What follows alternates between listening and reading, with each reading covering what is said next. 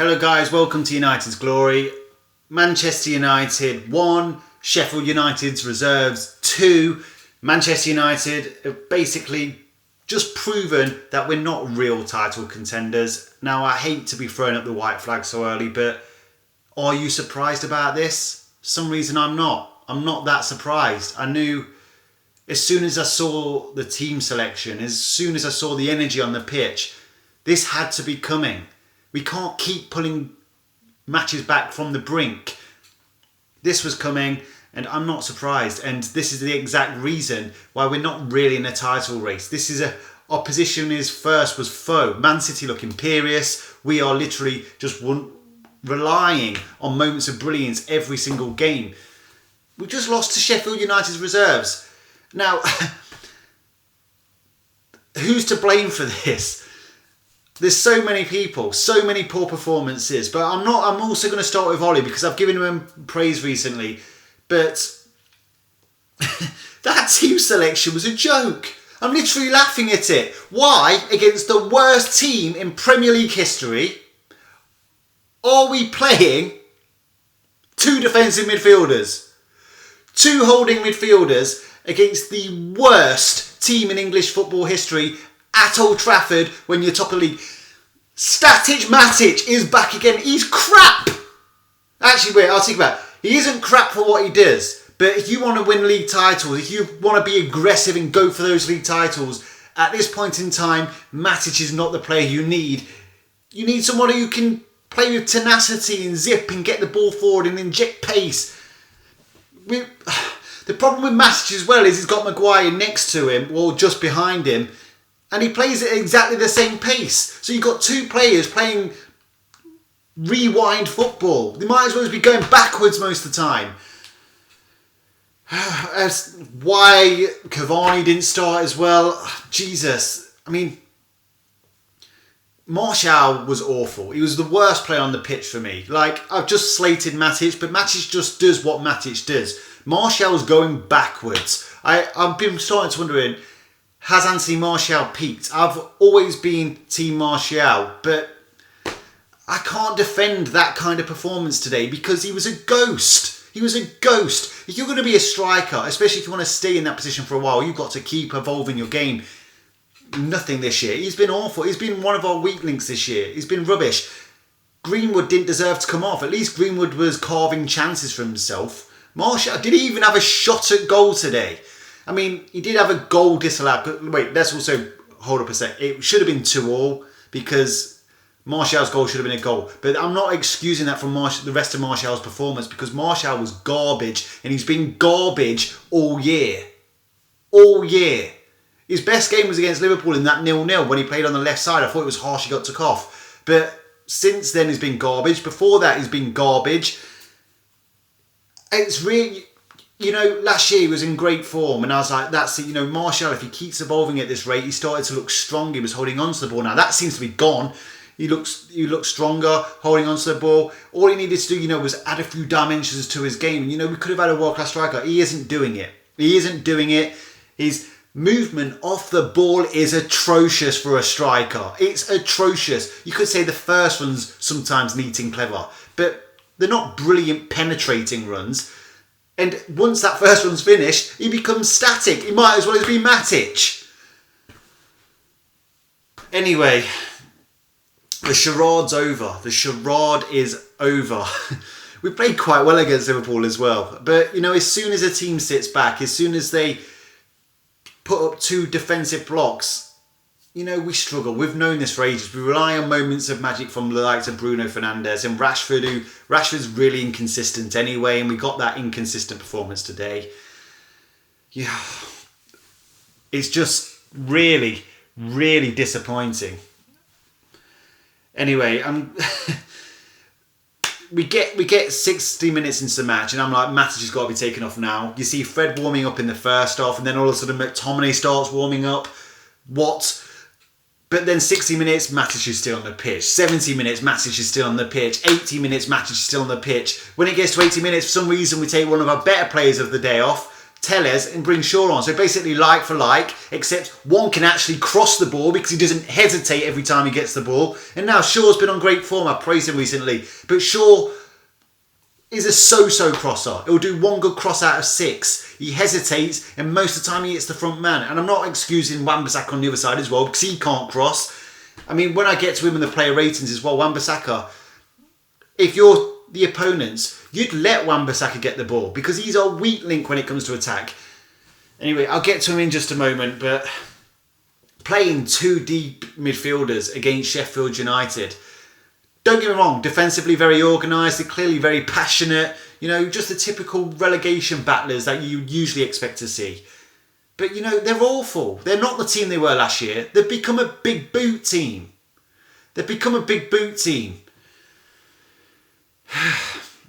Anyway, I'm going to start off De Gea for the player ratings. David De Gea, 2 out of 10.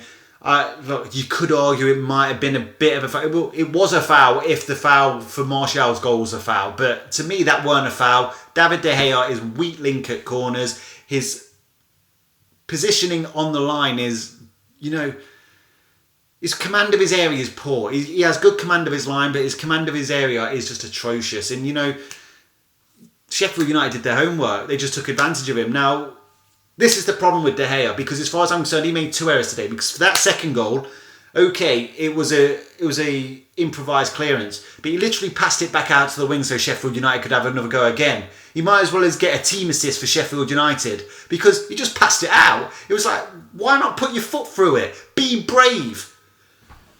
Anyway, David De Gea made a good save at the beginning of the match with his foot, but it wasn't exactly a brilliant finish, was it? I'm not going to say he stood a chance for the second goal either, because it took a deflection, it took it away from De Gea, but, you know, it was the pass out to basically Sheffield United's wing that frustrated me. But, you know, the first goal, that's just David De Gea, and this is the problem.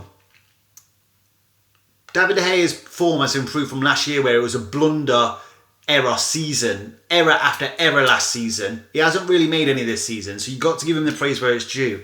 But ultimately, one of the reasons people believe he hasn't made as many errors is because of Jordan Henderson coming in. Now, I know Jordan Henderson made an error a few weeks ago I think it was against Sheffield United as well.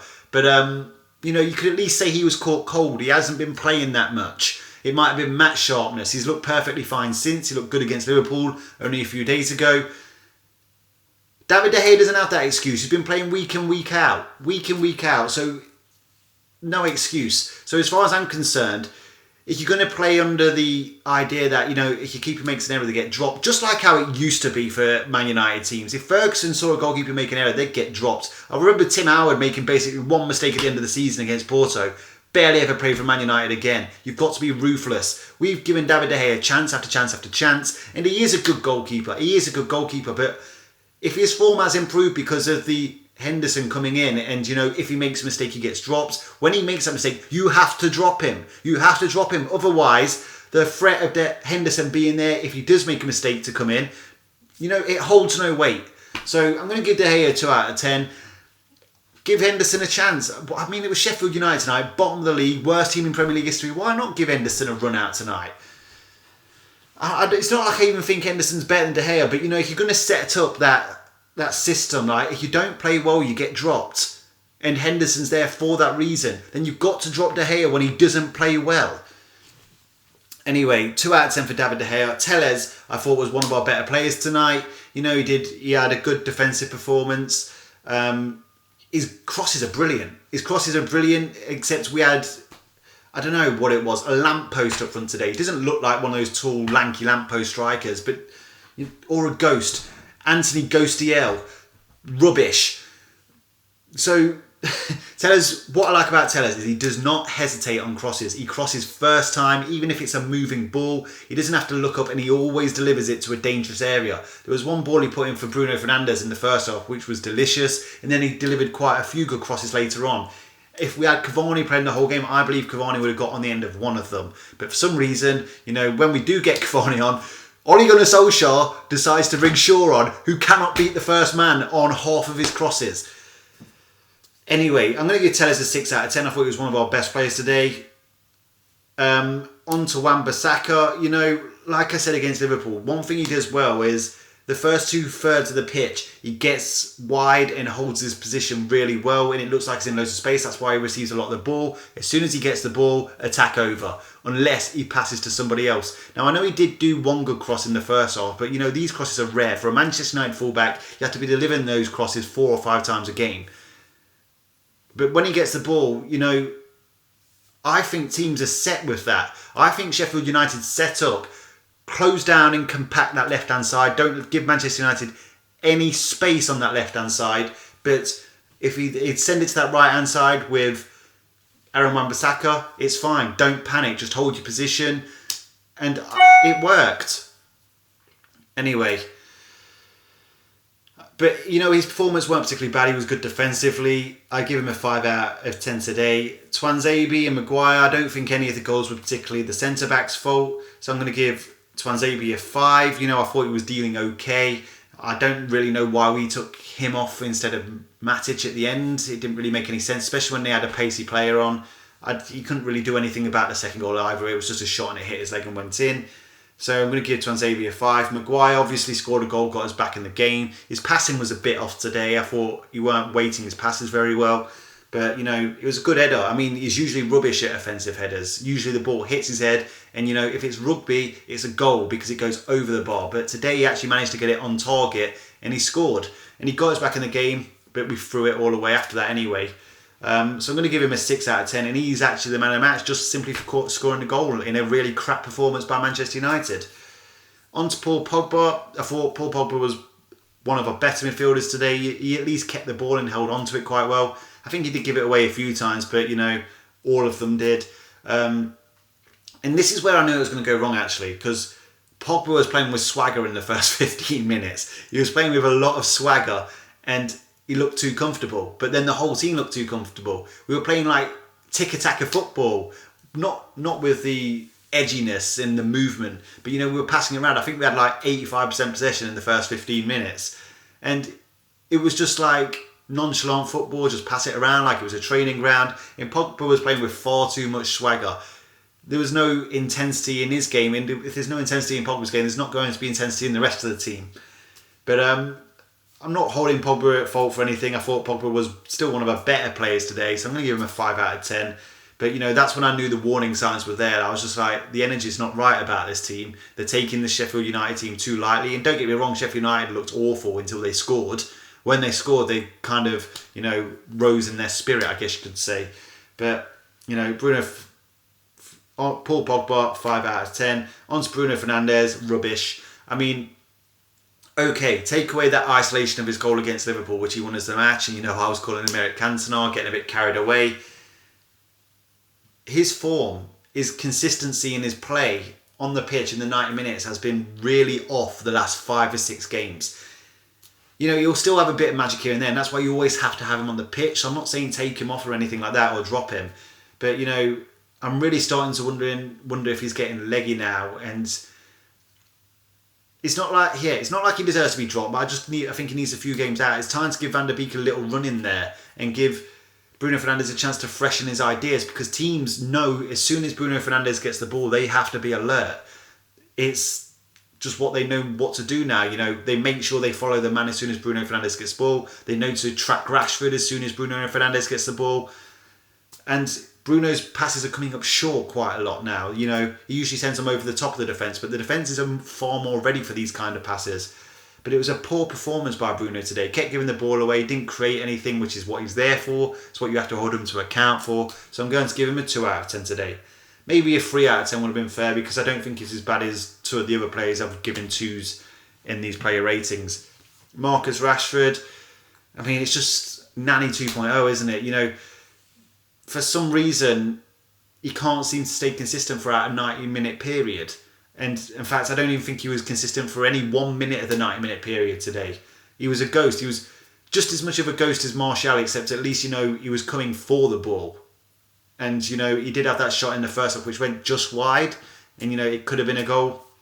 But I'm going to give him a 3 out of 10. What really irritates me about Rashford is there's a part of him in his brain that seems to think he's a playmaker. He will drop really deep and then try and look for that pass over the top. Or I don't know what it's about. Sometimes it comes off. But I'd rather Rashford stretch the defence. because his pace is deadly as soon as he breaks that line of that defence. But when he comes in and, tries to play that ball over the top, he does it far too often. Sure, every now and again.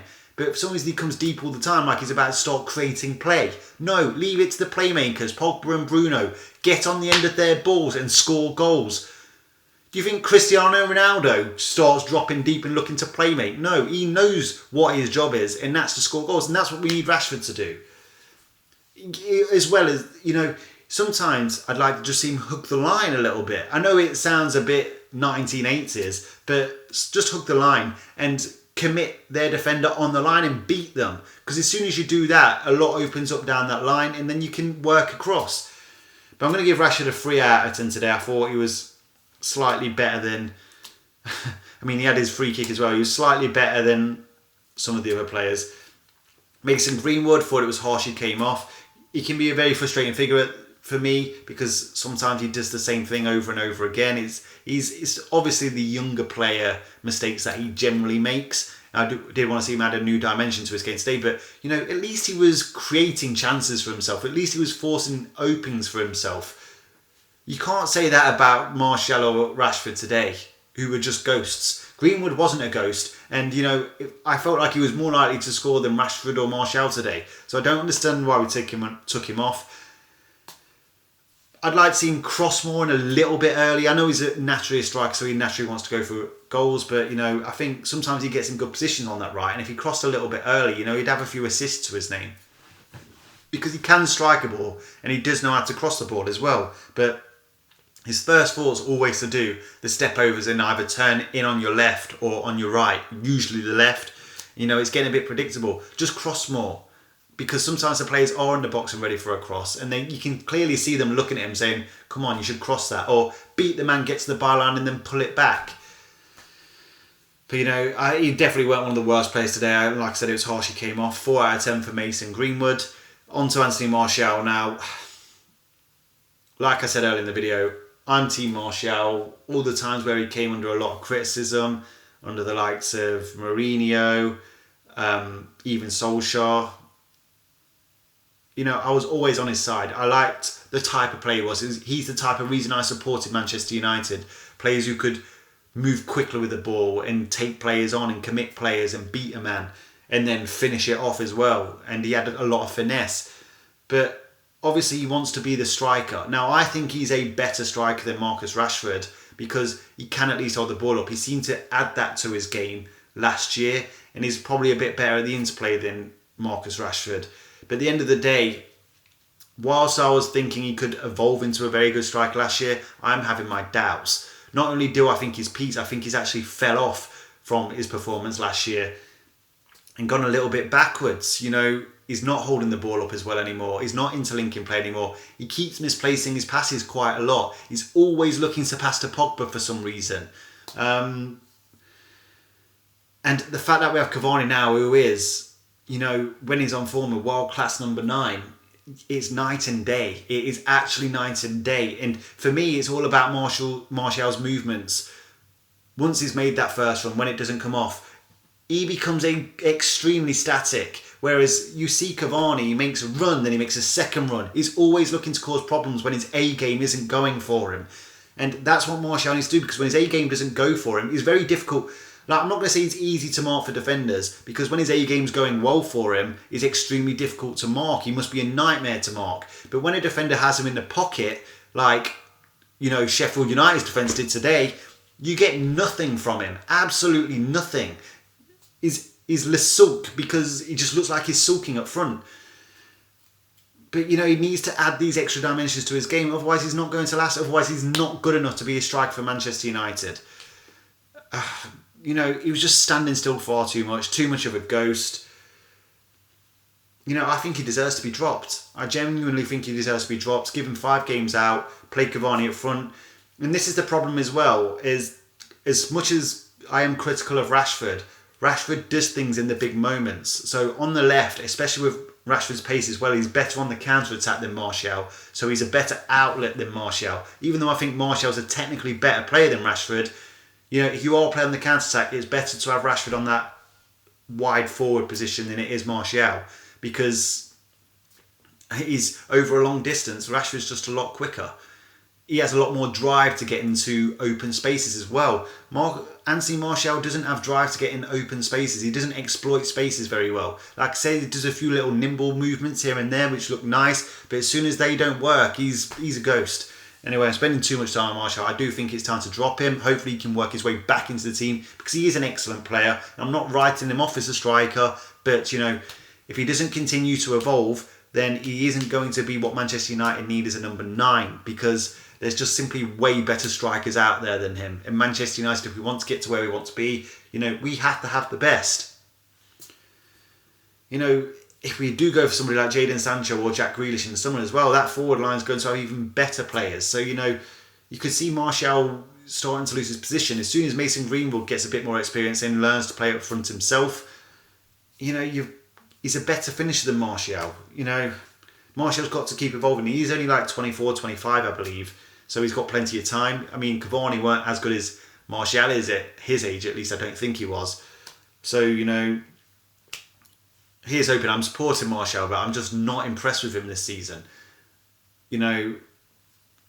Rashford and Bruno are living up to the moment at the minute and creating things. There was so many times I saw Martial get the ball, especially when he moved over to the left, where I just wanted him to drive at his defender and he passed it back or passed it sideways. Where's the courage? Where's the tenacity that you used to show? Where you just to rip a defender apart? It's just frustrating to see. And onto the subs, Cavani came on. His movement was great.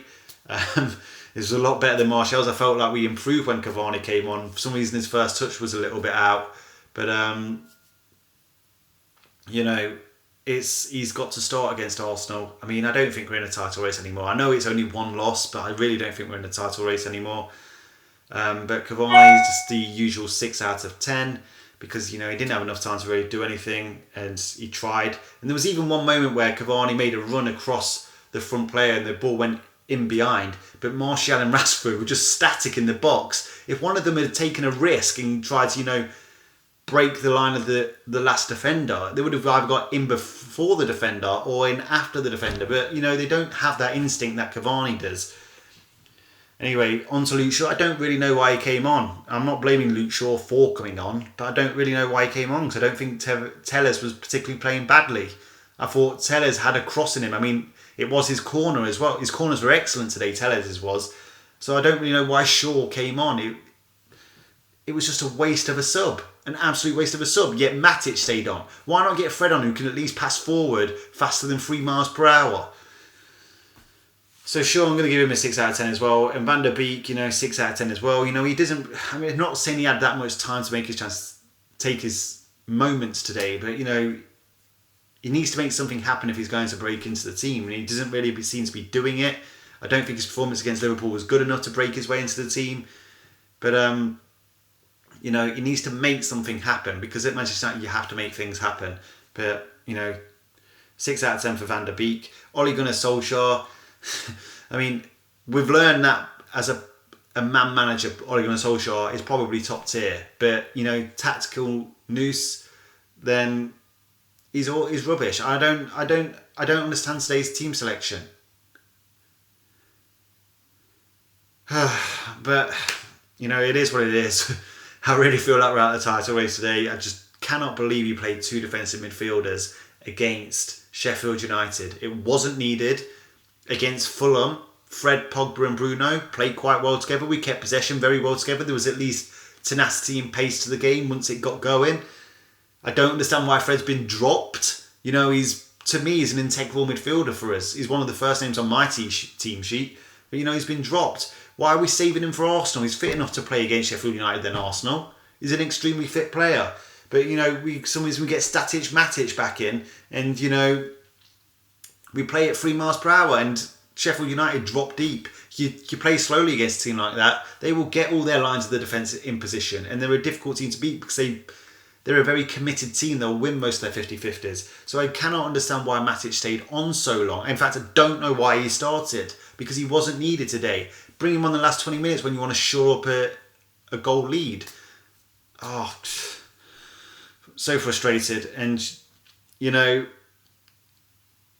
I don't think his substitutes particularly helped as well. He could have made substitutes far earlier. We know that about Solskjaer anyway. He likes to make substitutes late.